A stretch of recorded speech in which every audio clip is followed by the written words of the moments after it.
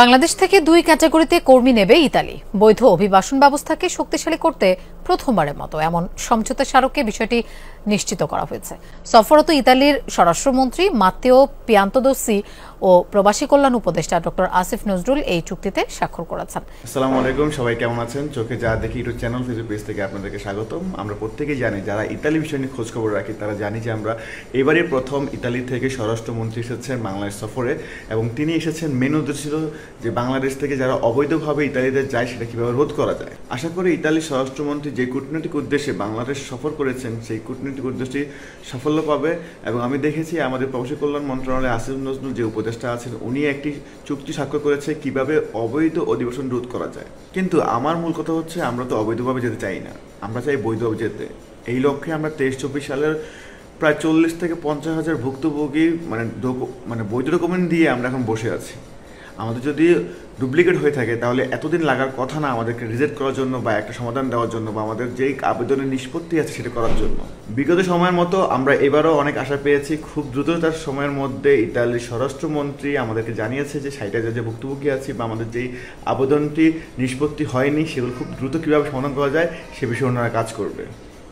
আসুন ওনার কথাগুলো শুনে আসি। প্রথমবারের মতো সমঝোতা স্মারক সই করল বাংলাদেশ। প্রবাসী কল্যাণ ও বৈদেশিক কর্মসংস্থান মন্ত্রণালয়ের উপদেষ্টা আসিফ নজরুল জানান, বাংলাদেশে কর্মী কোটা বাড়াবে দেশটি। আপাতত কর্মী নেবে সিজনাল, নন সিজনাল দুই ক্যাটাগরিতে।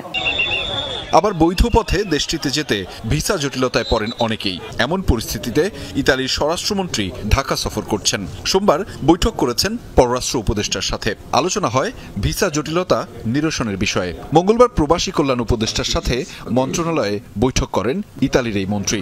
এই সময় উপদেষ্টা আসিফ নজরুল জানান, ইতালিতে সিজনাল ও নন সিজনাল এই দুই ক্যাটাগরিতে কর্মী যাওয়ার সুযোগ মিলবে। আমরা আজকে যে এমওইউ সাইন করেছি এখানে কতগুলো খুব পজিটিভ দিক আছে। একটা হচ্ছে ওনারা আমাদের seasonal worker, non seasonal worker, দুই ধরনের ওয়ার্কারকে নেবেন। আমাদের জন্য যে কোটা আছে সেই কোটা বৃদ্ধি করার চেষ্টা করবেন। দেশটির ভিসা জটিলতা প্রসঙ্গে বলেন, প্রক্রিয়ার গতি বাড়াতে সরকারের পক্ষ থেকে আহ্বান জানানো হয়েছে।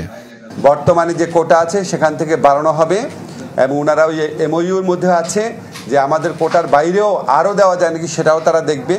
কোন কোন খাত সেটা এখানে স্পেসিফাই করা নাই। ইতালির স্বরাষ্ট্রমন্ত্রী জানান, এই সমঝোতার মাধ্যমে দুদেশের বন্ধুত্ব আরও বৃদ্ধি পাবে। অভিবাসন আমাদের জন্য কোনো সমস্যা নয়, বরং তারা যেভাবে অভিবাসনের পথ খুঁজে নেন বা পেতে চায় সেটাই সমস্যা।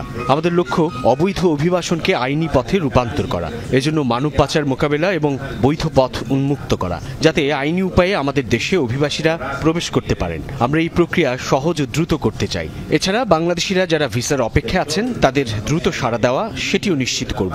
এটি হলো আমার প্রতিশ্রুতি।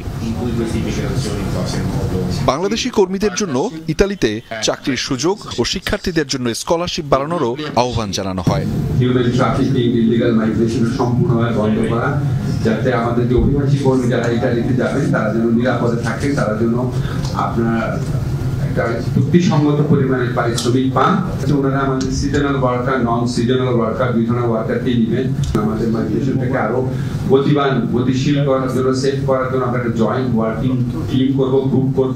গত 8 বছরের মধ্যে ইতালি থেকে বাংলাদেশে মন্ত্রী পর্যায়ের এটি প্রথম সফর। ওরা বৈধ করে নেবে, আপনারা এই সুযোগটা গ্রহণ করেন। আমরা Italian football, we talked a lot about Italian football, and I told the honorable minister how popular Italy is in Bangladesh as a football team, and I also promised him that in the next World Cup more and more Bangladeshi people will support Italy.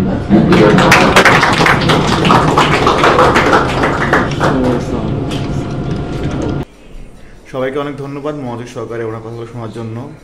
যাই হোক, আমি বলতে চাই, গাছে কাঁঠাল গোপের তেল বা গাছ তোমার নাম কি ফলে পরিচয় বা মিষ্টি কথা চিরাই বেজে না, এসব কথা আমি আর শুনতে চাই না। আমরা অনেক আশা পেয়েছি, আমরা আশার বাণী শুনেছি, অনেক আশ্বাস শুনেছি। আমরা আর মন গলবে না। আমরা চাই কাজে কর্মে আপনারা আমাদের প্রমাণ করবেন। অতি দ্রুত আমাদের সকল ক্যাটাগরি, সকল ভুক্তভোগী 2023 সাল থেকে শুরু করে এখন অবধি সবার সমস্যা সমাধান করে দিন। না হলে কিন্তু আমরা এবার যদি কোনো ধরনের কর্মসূচি করতে হয় তাহলে কিন্তু সেটা ভালো হবে না, আমাদের দেশের জন্য না এবং ইতালি সরকারের জন্য না। আমরা চাই সুন্দরভাবে, সুষ্ঠুভাবে আমাদের সমাধান করে দিন, আমাদের নিষ্পত্তি করে দিন। ভিসা হলে ভিসা, রিজেক্ট হলে রিজেক্ট, বাট একটা সমাধান চাই আমরা। আগামীতে কোনো ভালো আপডেট পেলে অবশ্যই আপনার সামনে চলে আসবো। সে পর্যন্ত সবাই ভালো থাকবেন, আর ভিডিও ভালো লাগলে শেয়ার করতে ভুলবেন না। সবাই ভালো থাকবেন। আসসালামু আলাইকুম।